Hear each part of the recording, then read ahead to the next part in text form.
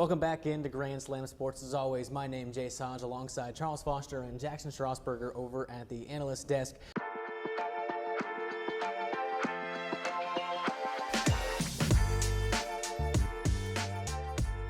We begin today talking some basketball. We'll begin on the NBA side of things, talking about Bam Adebayo. Obviously, we all know he scored 83 points, surpassing Kobe's 81 for second all-time in a single game scoring output. And the question for everybody is, was it ethical? 43 free throw attempts, intentional fouling, force-feeding the basketball to him. Do you guys believe it was an ethical 83-point performance? There is no such thing as an ethical 83-point performance. The issue that I have with a lot of people saying this is no one hates basketball more than basketball fans. The people saying that this is not ethical to me have been the ones that have irritated me the most because, yes, they were going for it. Yes, no one scores 83 points without going for it. No one scores 83. I mean, Bam told them not to foul. They still did. He can't control that. The free throws, if you watch the game, which I watched a video of every single free throw that he took or like every single foul that he got, I'd say a good majority of them were fouls. He wasn't foul baiting. They were triple teaming him. So yes, I do believe it was ethical. I don't know if there's such thing as an ethical 83 points game, but I'm not going to not count it like some people are trying to say. The people that don't count it are Kobe fanboys that hate to see their GOAT's record broken. Was it ethical? No, not at all. Do I care?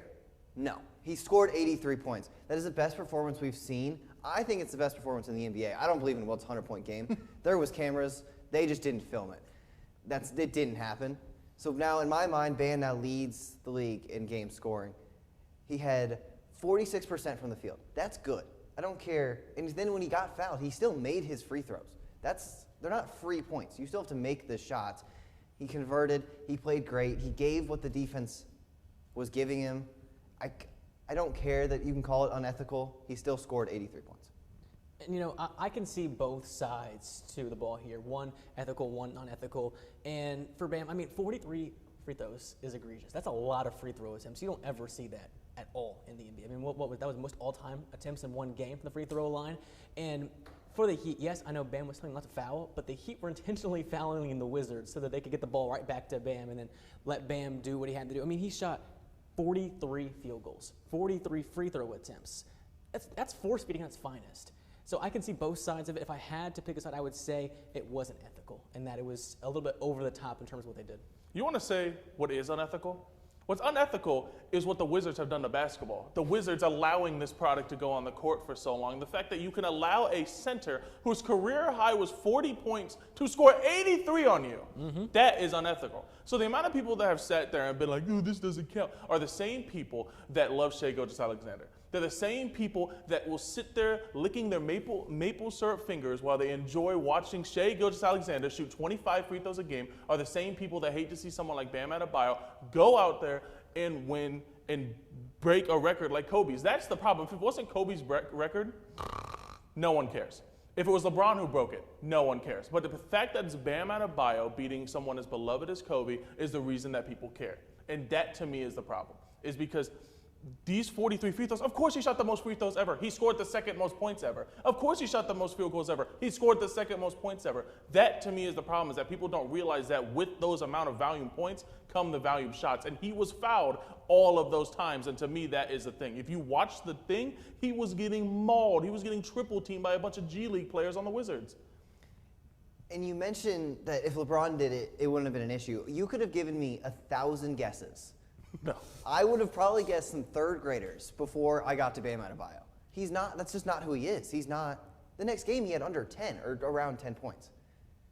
He's not this scoring type that's going to go out there and, like Luka had 60 the other day. Luka would be on that list. Cade Cunningham would be on that list. Bam Adebayo, I could keep going. Bam Adebayo is probably one of the bottom NBA players, I would guess right now. And I'm not sure if we ever see Bam score 40 plus again, let alone 83 points. He scored 28 last night. He'll score 40 plus. Maybe he's the best one player or in the two league. more times in his career, but he'll never get that much again. I mean, like you said, both of you don't expect a guy like Bam Adebayo to come out and score 83 points. And yes, to your point, the Wizards, they need to figure out what they're doing because they're a problem for allowing Bam Adebayo to score 83 points. That just shouldn't happen in today's NBA. But we'll stick in the NBA. We'll look at some young guys now, some possible future stars of this league, and a starting five that we believe is the future of this NBA. I think the most common thing in basketball talk is they all have that starting five, or that players that they will die on a hill for. And so we made a list of starting five of players that we would die on that hill for. So my starting five goes as follows. Nickeil Alexander-Walker at the guard. He's averaging 20 points a game this season for the Hawks. He's been an absolute dog. I loved him on the Timberwolves, and the way he's come in this year has been amazing. Shaedon Sharpe, he's a Canadian brethren. Love him. He was one of my favorite picks in the draft a few years ago, even though we didn't know a lot about him, and he's finally starting to shine. Jalen Johnson, another one of those guys that just, come on. He's a triple-double threat. He's become the Atlanta Hawks superstar, taking it from Trae Young. We have Derek Queen, a guy that I've been a fan of since Maryland. When he hit that big shot, I was a fan of him before that. Now he's come in and he's been phenomenal for the Pelicans. The only good thing about this Pelicans team. And Con Knippel, another player that I think he's going to be one of the best shooters that we've seen. I think he's going to be a Ray Allen type where he's just going to be a volume three-point shooter. So that's a starting five. Like, if these guys are not good, I will relinquish my basketball talking career, because these guys I believe in and I always will be. Yeah, see, I think Con Knippel's kind of already gotten to the point where he's proving himself already to be one of these, future superstars in the NBA. I like Johnson as well. Johnson's been very good. Now that Trae is not there anymore, he can be the number one option in Atlanta. Nickeil Alexander-Walker, he's been on the older side of some of these guys, but he still is a very good scorer and part of this, new Hawks regime. So I kind of like these five you got. I'm not making fun of today. I'll take that. Yeah. And then I'm a big fan of the Derek Queen pick at center. I liked him coming out of the draft. I thought he was one of, if not the best big man in the draft, and he's proven that in a struggling organization. He's got no help around him except Zion every now and again. But on my top five that I have, we're going to start Scoot Henderson. He's been hurt a lot in his career, especially this year, getting 18 games, and he missed the first 43, but he's averaging just under 14 points. After him, I go RJ Barrett, another high draft pick in New York. I don't think he was really given a chance to explode. He's done a little more as a second option in Toronto, but I think he's gotten to a point where he could be that first option. Next, I have Brandon Miller. Brandon Miller this year has kind of proven what he can do, but again, as a first option, I think he can be a 28-point scorer. He can lead a team. He has the offensive, he has the athleticism.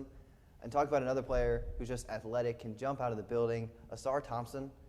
Not the most offensive player, but the defense speaks for itself. He maybe is one of the best defensive players in the league right now, and I think it's only going to get better. He's athletic, he's fast, his lateral movement is perfect. And at the center spot, I went Jalen Duren. I think, again, he's proven himself, but again, he could lead a team without Cade Cunningham. And a lot of people don't even have him in his top 10 centers. I think he could be a top 5. Yeah, I think he is a top 5 center in today's NBA. He has been phenomenal so far this season for the Pistons. Now, with Cade Cunningham out for the foreseeable future with a collapsed lung, he's going to be the number one guy. Yeah, no, I agree. I think Jalen Duren is one of my favorite players on here. Brandon Miller, I'm another big fan of him, been a fan of him. I was really scared whenever he got in his legal issues because I thought that we wouldn't get to see him, but he was a dog at Alabama, so I'm happy. Jace, what's your look? So I went with some younger guys. You guys took some, 23, 24. I took some 20-year-olds and 19-year-olds in my starting five. I am going to go, as my point guard, I'm going to go with Dylan Harper on the Spurs. Harper hasn't gotten, the minutes you might want to see from him, but he's behind a lot of good guards there in San Antonio, with Stephon Castle, De'Aaron Fox. He has to work his way into that. And Harper, when he has played, he has been very good in averaging the splits in those minutes. And then my shooting guard, I'm going to go with VJ Edgecombe. VJ has been very good this year, already proving himself to be one of the top scorers in this year's NBA, and he has been phenomenal in Philadelphia, and them getting much better this season. Alongside him, I'm going to go with Ace Bailey. I think he's going to be really good once he actually decides that he wants to play for the Utah Jazz. That's the first issue right now for Ace Bailey. But once he decides to play, then he's going to be very good. He's had some really good games these last few games or so. Then I'm going to go with Alex Sarr. Sarr over there in Washington has been phenomenal so far this season, just averaging just over 16 points per game. He's going to be part of this Washington team that next year might be a little bit better than they are this year. And then finally, my big man, I'm going to go with Maxime Renaud in Sacramento. He has been very good these last two games, 2 straight 30-point games. And to me, he's the next really good big man coming out of Sacramento. Renaud is one I'm interested about because he's in a Kings situation where he's kind of gets more playing time than a lot of other people would believe he can, but he's making the most of it, so I'm interested to see on that. I think it's a really good list. You mentioned Dylan Harper. I'm a big fan of Dylan Harper. I think he can be a starting point guard in a year or two and be a top starting point guard in the league. He's a guy I look at, again, out of this draft being top of his position. And same with Ace Bailey. When Ace Bailey plays, he has the skills. It's just he said he didn't want to play in the Jazz. The Jazz drafted him anyway, and he still doesn't want to play for the Jazz. We're going to flip things over now to the NCAA. March Madness is in full effect. The first 16 games got done yesterday, the next 16 happening as we're talking right now. And we're going to take a look at our Elite Eight and what we have in the final 8 of this year's bracket. Charles, we'll begin with you. Yeah, I'm the only one here with any of my teams gone. BYU. Already. I'm not even mad. AJ Dibansa is the reason why I thought this team would be good. He went out there and dropped almost 40, or may have dropped 40, and the team looked horrible. I mean, but Dibansa played good, so I guess I was right in some sense. But BYU continues to disappoint me every single year. But, my Elite Eight is as follows: Duke versus Michigan State, Florida versus Illinois, Arkansas versus BYU, and then Michigan versus ISU. And my final 2 are going to be Arkansas versus Duke. I know a lot of people do not believe in Arkansas, but I am a big fan of this Arkansas team. Well, they got a guy named Darius Acuff who can score 40 points a pop whenever he feels like it. So I respect that pick. I consider taking them that far too, honestly. I consider having Arkansas beating Arizona. I just believe Arizona is a better overall team, and they're fully healthy now. They got Koa Pete back recently. They're going to be very good. So they are in my Elite Eight. In mine, a little bit similar, but I have St. John's beating Duke in the round of in the Sweet 16. I mean, Duke, to me, just proved last night that they are beatable. They almost lost to a 16 seed in Siena, and St. John's with their big and Zuby Ejiofor, I think is going to have a great game against Cam Boozer. So I have them playing Michigan State in the Elite Eight. In the South, I have Florida and Houston, a rematch of last year's national championship. Arizona and Gonzaga. Gonzaga concerns me a little bit. They were struggling a bit with Kennesaw State last night, but that they, when healthy, if they get Braden Huff back, will be a very, very good team. And then finally, also, I have Michigan and Iowa State in the Midwest region. Yeah, and me and Jace have the exact same thing except one difference. I have Duke beating St. John's. I do have St. John's making it that far to the Sweet 16, just not beating Duke. You mentioned Gonzaga. Did not play great against Kennesaw State. Same thing with Duke. Both are missing a few players. They get them back. I think these teams are Final Four teams. I can even see Gonzaga. I have them losing to Iowa State. I don't think it's crazy to say that they make the Final Two. I think they have the talent. They have the ability. They've played like that. I like this Gonzaga team to make a run. And Jackson, if I'm right, I believe me and you both have Iowa State in the Final Four. I do also have Iowa State in the Final Four. The thing about them is their shooting. It's like a better Nebraska. You watch Nebraska, they shoot the ball a lot. But when they're bad, they are terrible. And when Iowa State's bad, they can still make it up on the other side of the court. They still have a little bit defense to play. And they were playing tougher teams. Arizona, Baylor in the Big 12. You look at Nebraska in the Big 10, sometimes you're playing a Northwestern. Sometimes you're playing a Wisconsin that just lost a High Point. Sometimes you're playing teams that don't really have that ability that you should beat, and they do, and they dominate, so it kind of helps your stats a little bit. My one concern for them, though, is the complete depth. They have kind of 3 or 4 guys that they rely on for scoring, but once you get past that list, it gets a bit of a question mark for Iowa State. So that's why I kind of have them. I have them beating Michigan, but I have them petering out in the Final Four against Arizona. I have Arizona winning it all over Duke. So that's our look at the Elite Eight. Let's move on to an underdog in Miami, Ohio. We all wondered, would they get in the tournament as an at-large team after losing to UMass in the conference tournament? They do, but they just get the play-in game against SMU. Everyone thinks, oh, they'll get smoked by a Power 5 school. Well, they smoked them. Miami, Ohio defeats SMU by 10. And the question is, are they legit, and can they pull off another upset today against Tennessee? I want this to look at me real quick. I'm going to say something. If Miami, Ohio, next Friday is the next episode of Grand Slam Sports, if Miami, Ohio is still in the tournament, I will not only stand there and apologize to them, and I will also buy a cake that says, I'm sorry. Okay. And I will give it to everyone in the studio, because I sat there last year. I sat there last week, and said that Miami, Ohio is one of the worst teams to make the tournament. They're good, but I said they were going to get smoked. They ended up looking really good. If they're still there. It was shocking. I expected them to beat SMU. That's not insane to me, but I just don't think this Tennessee team is really good too. I don't see them beating Tennessee. I don't see them moving farther. I will not buy a cake if they do. And the thing about them being in the tournament, a lot of people said they shouldn't be in the tournament. They are an undefeated team. It does not matter who they played. They still are undefeated, 1 loss in their conference tournament. They prove that they should be here. They might not make it very far, but they're still a dominant team. They still prove themselves. And here's the thing about teams in March and teams that have upset potential. They rely on really good guard play and really good shooting. Miami, Ohio, they have both of that. They can shoot 40% from outside the arc. We saw them hit 16 threes, 16 of them against SMU. They shot 41 three-point shots against SMU in that game. That is a lot. And they knocked them out at a high mark. If they can shoot like that against Tennessee, I wouldn't see any reason why they can't take down the Volunteers. Here's the thing, Tennessee to me is much better defensively than SMU was. SMU's defense was probably bottom 5 of Power 5 schools. SMU is not very good defensively. Tennessee is much better, and Tennessee has much better guards that can kind of compare to Miami, Ohio and what they have to present. I don't see Miami, Ohio going any further than this, but for them to make it this far and to be SMU was still a crazy feat for them and the MAC conference. Because the MAC still has two teams in. They have Akron as well playing Texas Tech today, and who knows, they can blow it upset because Texas Tech doesn't have Toppin. Yeah, I mean, I sat there and I've always said that I believe that Miami, Ohio should be in the tournament. I mean, if they weren't, what's the reason of playing the regular season? But I didn't think they would actually go and beat SMU. And I was wrong. And if they go out here and beat Tennessee, I will once again admit that I am wrong. But I don't see it. I don't. I don't think any of us expect Miami, Ohio to come out here and win a game today.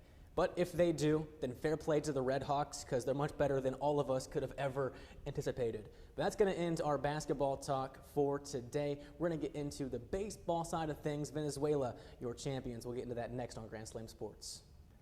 Heading into the World Baseball Classic, the USA were the favorites. The USA do lose a group stage game, but they make it all the way to the final. They fall just short, though. Venezuela wins 3-2 and is your World Baseball Classic champions for the first time in their country's history. The USA, guys, falls just short with a star-studded team. Again, any team led by Aaron Judge just refuses to win games. And that right there is just kind of the way it was. Venezuela, they wanted it more. And the World Baseball Classic, you can tell what it means to some of these countries. A lot of these countries, like Nicaragua, when I was watching their game, I mean, this was they were crying. Venezuela, their pitcher was crying before throwing the last pitch. Yeah. This meant the world to them. This was their World Series. This was the best moment of their lives, and you could tell it meant that to them. And to USA, it's just another day. And that, to me, is the problem. It's a team that is so spoiled by winning that they just don't care. I mean, even Japan, a team that you could arguably say was better than USA a few years ago, still cared more. It still meant the world to their country. And that's why they beat USA last time. USA loses this time because they just don't care. And they're led by Aaron Judge, who gets 3 strikeouts. I mean, Aaron Judge is really not making the case right now for a playoff performer. And Jackson, I know we talked about it a little bit. He never has been a playoff performer. As a Yankees fan, I know how bad he is in the playoffs. You know, he's every single year, he has this fantastic regular season. I've always said if it's an August game against the Rockies, he's having 3 home runs on 3 attempts. But if it's an October game against anybody, he's 0 for 3 with 3 Ks. And how does that make you feel as a Yankees fan? You know, how are the Yankees ever going to win a thing if their best player can't perform in the playoffs? They simply aren't. Until Judge figures out how to perform in the clutch, how to perform in the playoffs, the Yankees are not going to go anywhere. And I'm aware of that because the Yankees don't have a guy who can be at that level and kind of assist with what Judge is leaving at the plate. They had Juan Soto. They let him go to the Mets. Now they have Giancarlo Stanton, who can only hit 1 bomb per 10 games. Clip that. The Yankees will never win anything if Aaron Judge is at the helm. Jackson, we talked about it a little bit. There's a couple things I want to take from that. First, you mentioned Venezuela, how much they cared. Ronald Acuna Jr., who has been an MVP, has broken records, has been talked about as one of the best players in MLB, cared more than every single player, I think, in the entire tournament. He was crying the entire 9th inning. He's been on a World Series team. He's seen champion teams. He's seen winning, and this still meant more to him. And then on to this Aaron Judge thing. He shouldn't have been captain. There's this guy named Bryce Harper who has been in the league since he was 19. He had a Rookie of the Year and 2 All-Star appearances before Aaron Judge was drafted. Because Aaron Judge decided to stay at Fresno State for 3 years, which helped him out, but now Aaron Judge is younger. Bryce Harper is a year younger than Aaron Judge. And he has done more in his career. I think that's a captain. He's more of a leader. And he's performed in the playoffs. He's been one of the best playoff performers, even if he didn't perform well in the WBC final. Nobody did. They had 3 hits, and 2 of them were him. So you can't say he didn't perform well. And 1 was a 2-run homer. The only 2 runs you got. Bryce Harper was the captain of this team if he didn't have the C on his chest. Now, we talk about it. Mark DeRosa, how do we feel about his role as manager, especially with the game earlier in the playoffs where he didn't even know that they were an elimination game? Jackson, I know you're very passionate about Mark DeRosa. What are you feeling on him? You look at other USA national teams, and their coaches are award-winning. You look at Steve Kerr. What has he done? He has 4 rings with Golden State, has a couple coaches of the year. What has Mark DeRosa done?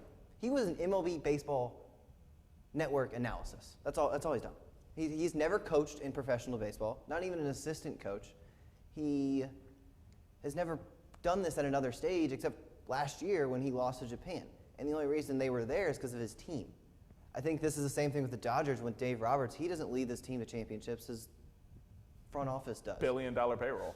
And that helps a lot more. But then you have to think about how did he manage the bullpen? And he relied more on the teams calling him, the Padres. He said, why didn't you not pitch Mason Miller? And it's because to respect the Padres.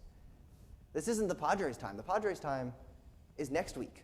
This is the USA time. And Mason Miller wanted to pitch. You have to let him pitch. The fact that there were multiple USA players that chose not to play so they could support their clubs. Like the one thing that, I mean, especially you're a soccer fan, I've always been country over club. And so to see that is such a way to show kind of how USA, I think once I saw the Tariq Schoolball thing, I kind of realized like they're not going to win. Their best pitcher, or one of their best pitchers, doesn't want to play because they want to prepare for the actual season. They don't care. For Venezuela, that was their life. For China, Stuart Fairchild hit a home run and gained over 400,000 followers on Instagram because his country backed him that hard because he hit 1 home run. But the USA don't even have their best players playing because they want to be ready for the regular season. I'm sorry, but that team was never going to win. And Venezuela, good on them. I'm so happy to see that team. 100%. I've always been a big fan of a team winning who deserved to win. A team who actually, deserves a championship like this. In Venezuela, they deserve this. The USA, simply like you said, it just goes back to the not caring aspect. We have a manager who doesn't manage very well. You have players who just don't care about winning. If you're not going to win something if you don't care about winning. You have Aaron Judge as a captain. But speaking of Aaron Judge as a captain, the Yankees versus the Giants this Wednesday as the official start of the MLB season on Netflix. And Jace, on Netflix, nice. The Giants versus the Yankees. What are you looking at there? Hopefully the Yankees playing some winning baseball, and hopefully Aaron does hitting some baseballs this time. It's not October. Exactly. So now that's regular season. I think Judge is going to go probably 4 home runs in the series for all I know. But, I mean, baseball's back. That's all that matters. Baseball is back. I know we're all excited. It's going to be a really good year. The Yankees and Giants will be interesting. See how the Yankees line up right now because the Yankees, they kind of maintained a very similar rotation and, lineup to last year. And it didn't succeed in October, so I'll be interested to see how they start the season off, especially with guys like Caballero maybe playing full-time now.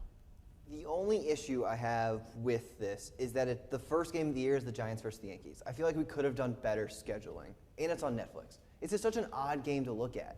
When you look at like a Dodgers team that just won back-to-back World Series, you would want to see them out there and you would want to see them perform. You want to see the best teams. And a Wednesday game on Netflix, Yankees, Giants, that's not what anybody wants to see. And Jackson, I know you aren't the biggest fan of the Giants lineup heading into this. No, they have swing and miss power and defense, and they're not going to be able to get on base, they have Luis Arias as their one contact hitter, and he has been going downhill. He can't run. He can't defend. This team is all over the place. Looking forward to some regular season baseball. It's the greatest time of the year right now. We're going to get into some football, though, when we come back. Our Foster 5 and some NFL draft talk, that and more when we come back on Grand Slam. Foster 5 is back after being gone for a few weeks. I was in Florida catching waves, but the first free agency wave has officially started. We're going to look at my top 5 favorite moves coming in these last few weeks. We're going to start off with number 5 as Kenneth Walker. Kenneth Walker to the Chiefs. The Chiefs have needed a running back. They've been talking about how badly they need a running back. Every single time they're in the running back conversation, they're always the first team there. They're looking for Breece Hall. Breece Hall got franchise tagged, so we're seeing Kenneth Walker now, Super Bowl MVP, coming to one of the best teams in the league, at least the past few years. Kenneth Walker was my number 5. At number 4, we take a look at Michael Pittman Jr. I know this one stings for all the Colts fans in the areas, but Michael Pittman Jr., one of the better back-end receivers. I really like him. He's tall. He's going to be a good option for this Pittsburgh team, and I really did like this move of them getting a wide receiver, too, as a team that's kind of been struggling in the wide receiver range. At number 3, we have Trey Hendrickson. Trey Hendrickson was able to be gotten without 2 first-round picks. In my opinion, he was the second best edge available. He's the best edge available in free agency, and the Ravens were able to go back on a trade, keep their first-round picks, and bring in Trey Hendrickson. To me, that was one of the best moves, despite it being a little bit scummy, but we can talk about that later. At number 2, we have Jalen Waddle. Jalen Waddle being brought in. Bo Nix has needed that guy for a while. Cortland Sutton just wasn't cutting it. Jalen Waddle, he now has a receiver one, and he's been one of my favorite guys. I just feel like the Dolphins have done him dirty because the Dolphins suck. So Jalen Waddle's coming in right now, and I think it's going to be really good for this Broncos team that was the 1 seed last year. And at number 1, my favorite move, we have Trent McDuffie. I think the Los Angeles Rams bring in one of the best cornerbacks in the league, in my opinion, and sign him to a multi-year deal. This is a team that was so close to winning a Super Bowl. They go and bring in one of the best defenders. A defender I didn't even know that was available. They bring in Trent McDuffie, and they get him for many years. A guy that really surprised me that the Rams were able to get. That's my Foster 5 this week. Jackson does not look happy, and I'm excited to see why. Trent McDuffie above Kenneth Walker and Jalen. I have Jalen Waddle 1, Kenneth Walker 2. Trent McDuffie might be out of my top 5. I think Trey Hendrickson is a bigger deal than that. I think Michael Pittman is a bigger deal than that. I think it made more sense for those teams. I don't like Trent McDuffie at 1. The Rams gave up, what, a first-round pick for him? Trent McDuffie is a top 5 Yeah. quarterback in the league. I I'm don't sorry. disagree with that. That was not something I'd even thought about you putting on this list, let alone at 1. Maybe you just didn't think about him. Maybe that's your problem. Also, I think Kenneth Walker should be higher. I think that's such a big deal for the Chiefs. They finally get a running back and a Super Bowl MVP last year. Super Bowl MVP. And now he's 5th best free agent signing. He was one of the best players last year. Well, actually, technically, he's like the second best. Actually, he's the second best free agency signing on my thing. 5th overall. best pickup. Yeah, Put that, sorry. yeah. I don't know about you saying McDuffie isn't number 1. To me, the Rams having that much draft capital for a top 5 corner in the NFL is exactly what they needed. And the Rams went out and got their guy. The Rams are back to their old thing again. The Rams always did this back 3-4 years ago. They gave up all the first-round picks for good players, and it worked for them. They won a Super Bowl by doing that. So why not do it again and go to top 5 corner in the NFL? Thank you, One James. person who I might have had on this list, you're welcome, is Malik Willis. Willis, to me, proved that he can be a quarterback 1 in Green Bay when Love was hurt. He gets a big deal with Miami. Miami got their quarterback finally because Tua just wasn't the guy. Tua just simply wasn't the guy. I think Willis would be perfect for this Dolphins system. Obviously, he lost a receiver 1 in Waddle. We'll see what he does in terms of receivers this year. I also wouldn't have minded the Kyler Murray to Minnesota on a 1-year, $1 million deal. Yeah, if anyone, I'm taking Kyler over Willis just because Willis is such a volatile bomb. I mean, he had 3 good games to me. I just don't see him as like over any of these guys that are proven all pros. Kyler, fine, but once again, he's on a prove-it deal while I think Michael Pittman has proven it. That's why, for me, he's a bigger deal, and I can't have the Super Bowl MVP below Kyler. So, I mean, yes, they're honorable mentions. They deserve to be on there, and just they're not. And then finally, I would have had Kenneth Walker above Pittman and maybe Pittman below anybody else because as a Colts fan, I watched Pittman these last season, and he simply wasn't very good. He had some struggles last season or so. Yes, he's a great consistency guy, but he's not going to be your receiver 1 kind of guy. He's not supposed to be here. He's a receiver 2 now behind DK. And that's why I would have him below the other guys because he's not going to be a superstar like these other guys could be. And I think the other 4 guys fit their team better than Michael Pittman fits at Pittsburgh. I think the Chiefs needed to go get Kenneth Walker. I think the Broncos needed a receiver. The Ravens needed a defensive end. Yes, does Michael Pittman help the team get better? But I think Pittsburgh also had bigger needs than a wide receiver too. Well, speaking of needs, we're getting to that time of the year where the NFL draft is coming up. It's time to talk about our 3 teams and what we believe they should do in this year's NFL draft. Charles, your Jets been struggling for quite some time. They make a lot of free agent signings, though, almost a brand new defense for this New York Jets team. Where else do they need to address in the NFL draft? It's my favorite time of the year as a Jets fan. It's the draft. It's the only time that we ever actually look good until the regular season starts. So, yeah, I get 2 picks to talk about. So we're going to start off with pick number 2, where I think the Jets should go to start off. And it's kind of hard for me because this draft is kind of weird between Ruben Bain, Arvell Reese. I'm definitely in the process of doing Arvell Reese because I just feel like he's more versatile. He can play linebacker, but he can also come off the edge. This is a team that needs both linebacker and edge presence. You have that opportunity to kind of build him and mold him into the player that you want him to be. However, if they go Ruben Bain, you're not going to see me complaining in our draft cast because Ruben Bain's another guy. We traded Jermaine Johnson for a DT for Devondre Sweat. Now we have the opportunity. The edge is wide open, and they're looking for the edge rusher. It's just really will Arvell Reese take that spot while also playing linebacker, like they did with Abdul Carter and the Giants a little bit, or will they go with the option of Ruben Bain? Looking at the 16th overall pick, the pick that we stole from the Colts, we're going to go with Mekhi Lemon in that situation, I think. I think that, his personality kind of bothers me a little bit, but he's a good receiver, one of the better receivers for a team that really needs some receiver help. Well, you went ahead and mentioned the Colts, so let's go ahead and get into the Colts. As you said, no first-round pick for the Indianapolis Colts this year. We thought it was going to be maybe a late 20s pick when we traded it. It turned out to be pick 16 because we decided to go 8 and 9.